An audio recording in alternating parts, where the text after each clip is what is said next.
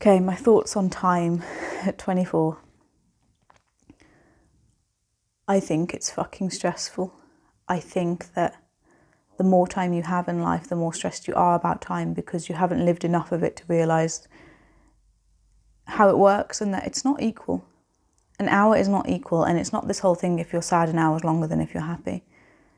It's that when I already think back to my childhood, it feels like a lifetime ago, and if someone said you need to redo the first 5 years of your life, I would feel like everything that happened in those 5 years is going to take 10 years to do now.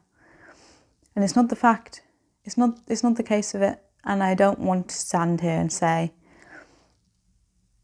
it doesn't matter about the time, go on your own pathway, blah, blah, blah, blah. Because it does matter. It does to some extent, and I think it's very toxic to tell people, oh, no, it's fine, don't worry, you take things at your own time. You can, but you need to be aware that the rest of society is moving at X pace. And that if you're not keeping up with this, you're making problems for yourself. And if these are problems that you are actively choosing into, wonderful. Go to university 5 times, graduate when you're 40, start school when you're 25 if you never went to high school. I think this is absolutely incredible. Go for it, but no, yes, you're working at your own pace. Yes, it's a win and be proud of it, but don't be surprised when everyone at the job interview is 5 years younger than you. And it sucks. It really sucks. And it works in the opposite way around also, because if you run through school and you're like, oh, I'm just going to keep running, I'm going to keep running, I'm going to keep running. I want to get there early. I want to not feel the stress of time. By running, you're just convincing yourself that you're not stressed of time, but you are. You're fucking terrified. We're all terrified that we don't have enough time to do everything we want to do, but we don't actually know what we want to do with our time. And as soon as we have time, if you have a 5-hour train, you don't feel guilty reading a book for 5 hours. You don't feel like, oh my God, I just lost 5 hours. But if you sit at home and you read a book for 5 hours, you feel like you lost 5 hours. So it's the context that we should care about, not the time. But the time is still a factor to be considered. And I think that, honestly, watch movies around the concept of time. This has helped me come to terms with it and come to peace with how time works, how I want to use time, and how I think about what I'm doing with my life in relative space to how many years I've spent on a certain amount of things, what I'm wanting to be doing, how long I think it would take, how old I am in my views at this point, and how old I will be, or how old I want to be when I achieve X, Y, and Z. And this doesn't mean I have my whole life planned out. I have no idea.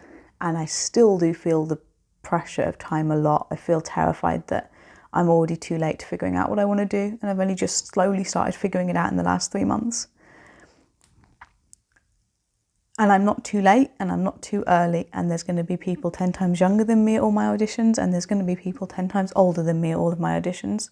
And that doesn't mean, oh, it doesn't matter, but it's something to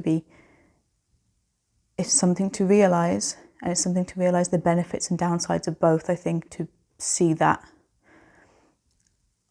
Often at the moment I am the middle age of the group, but the older ones, they got a good head on them. They know exactly what they're doing, and yeah, maybe they move forwards a tiny bit slower, but they move in the right direction, and they have clarity, and they can handle themselves. And us younger ones, while a bit more manic, and while we have the energy to literally fly forwards, we fly forwards in every different direction, having no idea what's going on. And it's necessary. It's completely necessary. I'm going to keep flying around for a little bit. I'm going to keep trying to walk in the same path forwards for a little bit as well.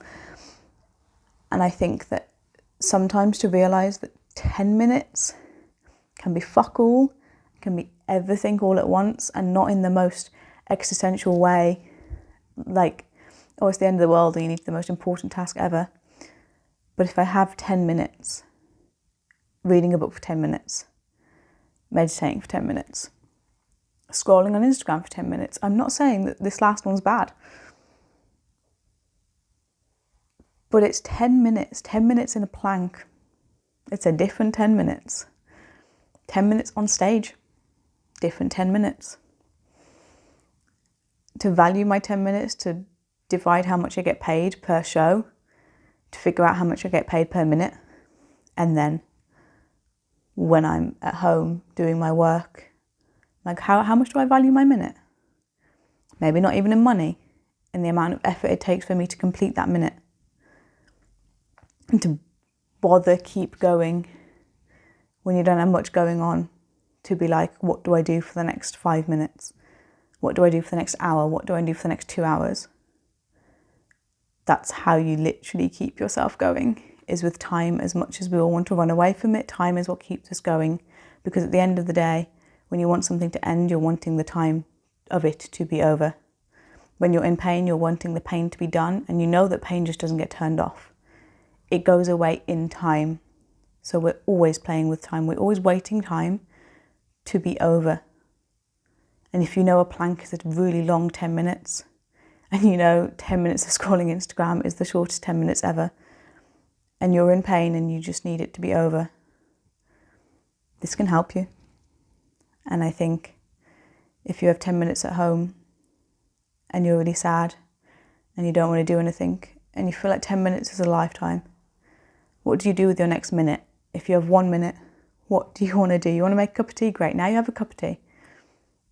What do you want to do with the next 5 minutes of your life?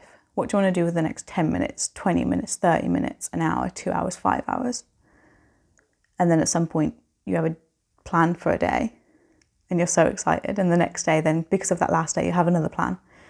And you're planning days, and then weeks, and then months. And then you hit a wall and you don't know what to do and you feel like you've lost everything, and you plan your next 3-minute cup of tea again to keep going. And I want to say that I hope it changes. But this is something that I actually am not too sure that it does change with age. And it's one of the few things that I hope does change, because I do see that the older people are, the less worried they are about time. But I also see that the less urgency they have around time, the less they move forwards, and the more they moan about not moving forwards. So I think there's something to be kept from the urgency of youth about time, to find the useful part of it and take that with us and leave the stress of the time behind. But there is some urgency. You've got 30 minutes to do this task that makes you work 10 times harder, which I feel is lost in age. Or potentially some people manage to streamline it and then become incredibly successful. But the how moment, I don't hear people talking about that enough. So I would love to know that in relation to time.